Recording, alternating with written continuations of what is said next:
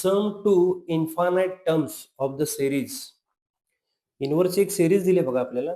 tan inverse 1/3 plus tan inverse 2/9 plus up to tan inverse 2 power n-1 upon 1 plus 2 power 2n-1. किती terms आहेत बघा? Infinite terms आहेत. आता या example वरती आपल्याला बघा कशा पद्धतीने डील करता येईल तशा. एक तर सम टू इन्फिनिटी म्हटल्यामुळे आपण सम टू इन्फिनिटी लिहूया, कारण सगळ्यांचं सम आपल्याला फाइंड करायचं आहे. किती टर्म्स आहेत बघा? इन्फायनाईट टर्म्स आहेत. म्हणजे मी असं लिहू शकतो की बघा n is equal to 1 to infinity.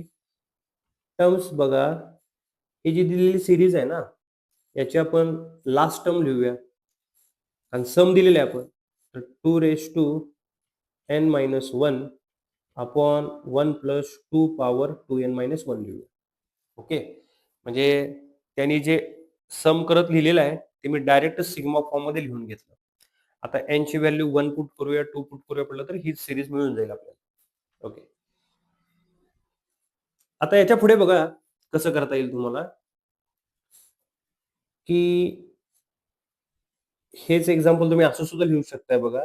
Limit n approaches infinity and tendings to infinity, sigma of rth term मध्ये मला लिहायचं असेल तर r is equal to 1 to n लिहितो. मी पहिल्यांदा nth टर्मचं लिहितो आणि नंतर then n tendings to infinity apply करतो. म्हणजेच फक्त n रिप्लेस r करूया या ठिकाणी. tan inverse of 2 power r minus 1 upon 1 plus 2 raise to 2r minus 1 होईल. समजते का बघा मी काय केलेलं आहे? मी पहिल्यांदा हे त्यांनी जे सांगितलेलं आहे nth टर्म ची व्हॅल्यू फाइंड करायला, मी पहिला काय करतोय बघा, rth टर्म काढतो आणि rth टर्म काढल्यानंतर n approaches to infinity put करतो. ओके, ठीक आहे. पुढे बघा आता, की limit n tendings to infinity sigma r is equal to 1 to n tan inverse of, इथे बघा आता काय करायचं आपल्याला, की tan inverse of x plus tan inverse of y is equal to formula किती आहे बघा, tan inverse of x plus y upon 1 minus xy. आता ऍक्च्युली खाली प्लस आहे, इथं प्लस असल्यामुळे आपण काय करूया बघा, की मायनस घेऊया. म्हणजे इथे जर मायनस असेल तर हे प्लस आणि हे वरचे किती येते बघा, मायनस येते. हा फॉर्म्युला आपल्याला या ठिकाणी यूज करायचा. बरं, मग आता तो यूज करताना बघा एक्स आणि वाय या टर्म लागणार आहेत. म्हणजे आपण इथं असं लिहू शकतो की बघा 1 प्लस हे जे 2 पॉवर 2r मायनस 1 आहे ते 2 raise to r into 2 raise to r minus 1 लिहिता येईल. कारण बघा बेस इक्वल आहे ना, 2 इंटू आहे, पॉवर मध्ये ऍडिशन होणार, r plus r 2r minus 1. ठीक आहे, एक्स आणि वाय या टर्म आपण शोधल्या.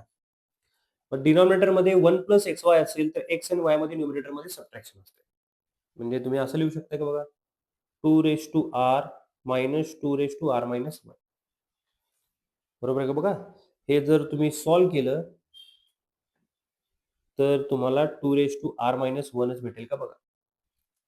ट्राय करू शकताय.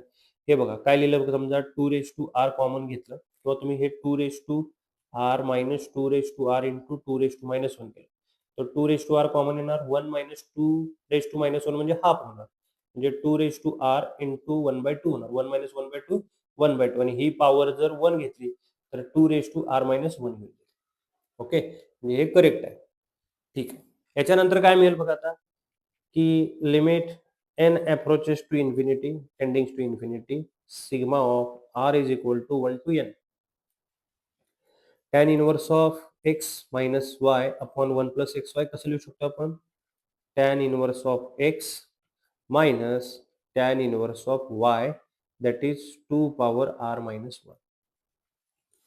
इथपर्यंत सगळ्यांना लक्षात आलं असेल.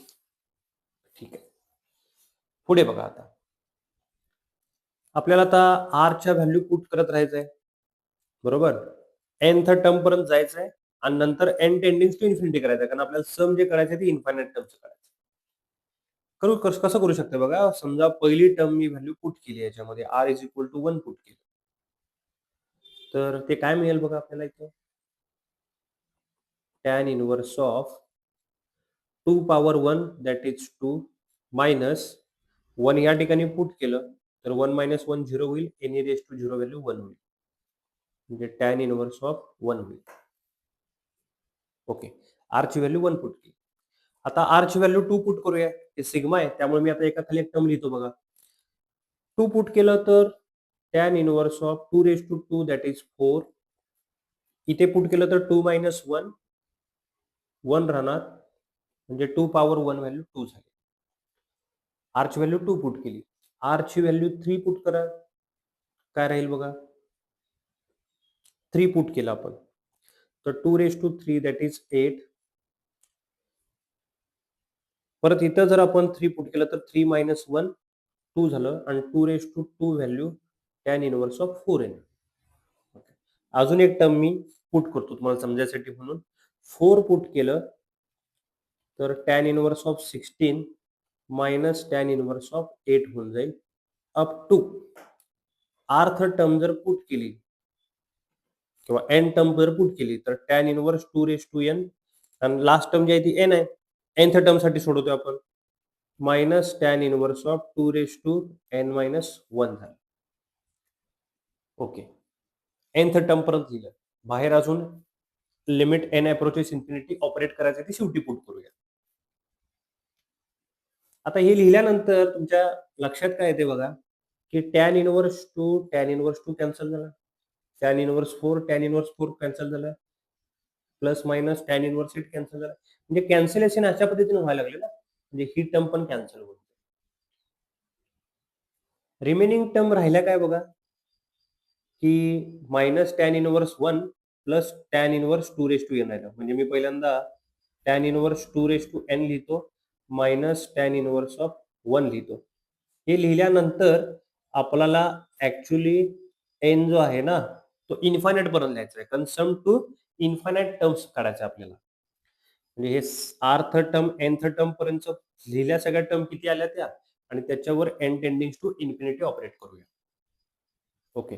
ते आता ऑपरेट करायला जर गेला तर n approaches infinity that is 2 raise to infinity येणार.